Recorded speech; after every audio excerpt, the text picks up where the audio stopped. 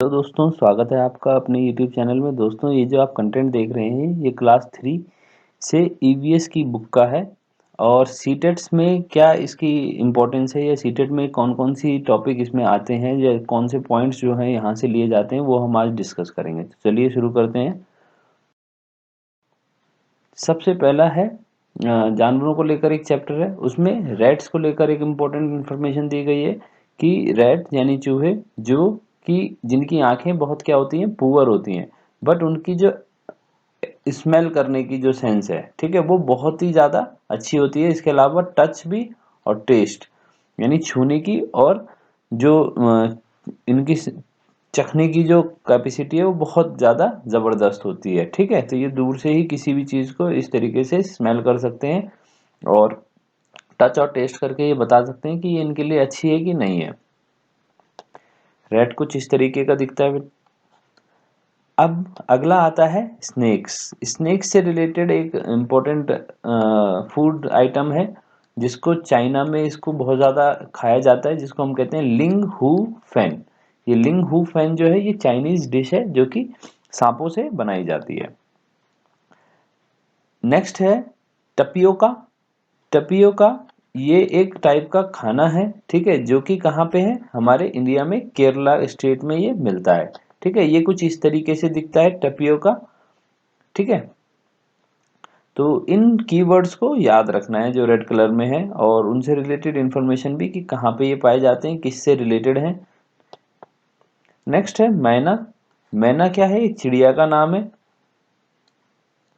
ये क्या कर सकती है, ये मूव करती है अपनी नेक को बैक एंड फोर्थ, आगे पीछे कर सकती है विद द जर्क। जर्क मतलब झटके से, ठीक है। मैना कुछ इस तरीके की दिखती है, तो ये अपनी गर्दन पूरा आगे पीछे घुमाती है विद द जर्क, मैना।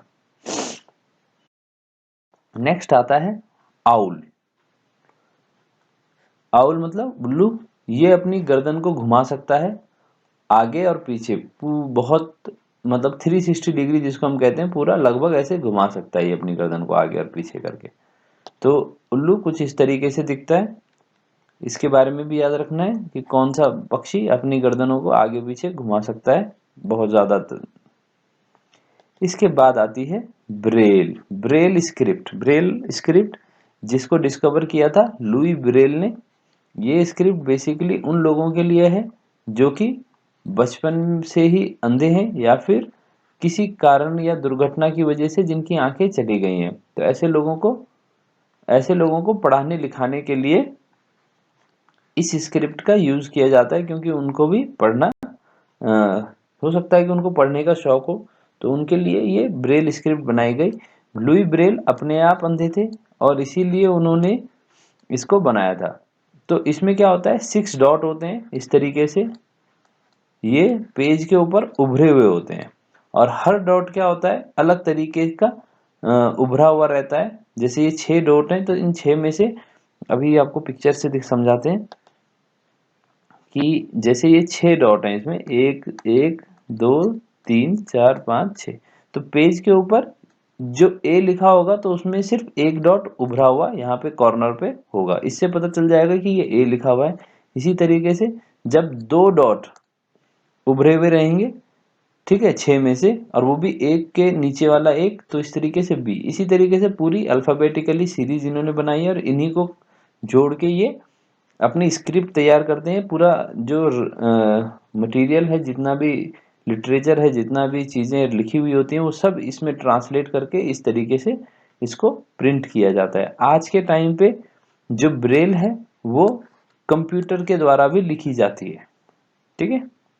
तो ये बहुत इंपॉर्टेंट है। इस नेक्स्ट है, तो अब हम देखते हैं ये जो पिक्चर है इसमें एक घर की तरह कुछ दिख रहा है। ये जो घर की तरह दिख रहा है इसमें लंबे लंबे डंडे लगे हुए हैं, ठीक है, और ये लकड़ी का घर बना हुआ है। तो देखते हैं ऐसे घर कहाँ मिलते हैं। ये बात बताई जा रही है कि ये एक मोलान विलेज है, कहाँ का, आसाम का, क्योंकि यहाँ पे बहुत ज़्यादा बारिश होती है, इसीलिए यहाँ पे जो घर हैं वो जमीन से 12 फीट ऊपर, ठीक है, जमीन से 12 फीट ऊपर बनाए जाते हैं और ये ज़्यादातर बैम्बू के बने हुए होते हैं और इसमें कभी कभी जो है वो लकड़ी का इस्तेमाल भी होता है। तो ये बैम्बू हाउसेज होते हैं और इनमें लकड़ियों से ही ज़्यादातर काम किया जाता है, क्योंकि बारिश बहुत ज़्यादा है, सीलन की समस्या हो सकती है या फिर कीचड़ की समस्या हो सकती है, इसलिए घरों को बैम्बू से बनाया जाता है। तो नेक्स्ट है, ये जो एक घर है ये राजस्थान का घर है। ठीक है, राजस्थान में जो घर है इसमें देखते हैं, क्योंकि यहाँ पे बारिश बहुत कम होती है इसीलिए, और गर्मी बहुत ज़्यादा होती है, इसीलिए जो घर हैं, घर किस चीज़ के बनाए जा रहे हैं, मड के, और उनके ऊपर थिक बुशेज यानी घनी झाड़ियाँ इस्तेमाल की जा रही हैं। ठीक है, ताकि घर ठंडा रहे।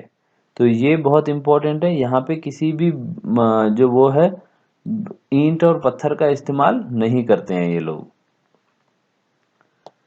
इसके बाद जो तीसरा हम देखेंगे, ये एक नदी है, नदी के ऊपर ये एक घर जैसा दिखाया गया है।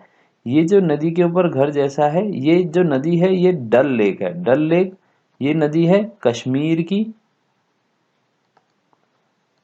कश्मीर में डल लेक है। ठीक है, और ये जो हाउस बोट है इसे हम कहते हैं शिकारा। तो ये चीजें हैं जो ध्यान देने वाली हैं। ठीक है, तो ये जो पानी में चलने वाली बोट्स हैं, और वो बोट ऐसी नहीं है कि सिर्फ घूमने के लिए, बल्कि लोग इनमें रहते हैं, लोग इनमें सब्जियां बेचते हैं, इसमें पूरी मार्केट लगती है।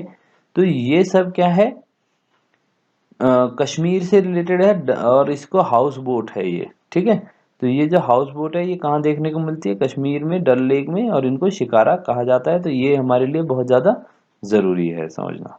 Thank you class. अगर आपको वीडियो अच्छा लगे तो चैनल को लाइक और सब्सक्राइब जरूर करें।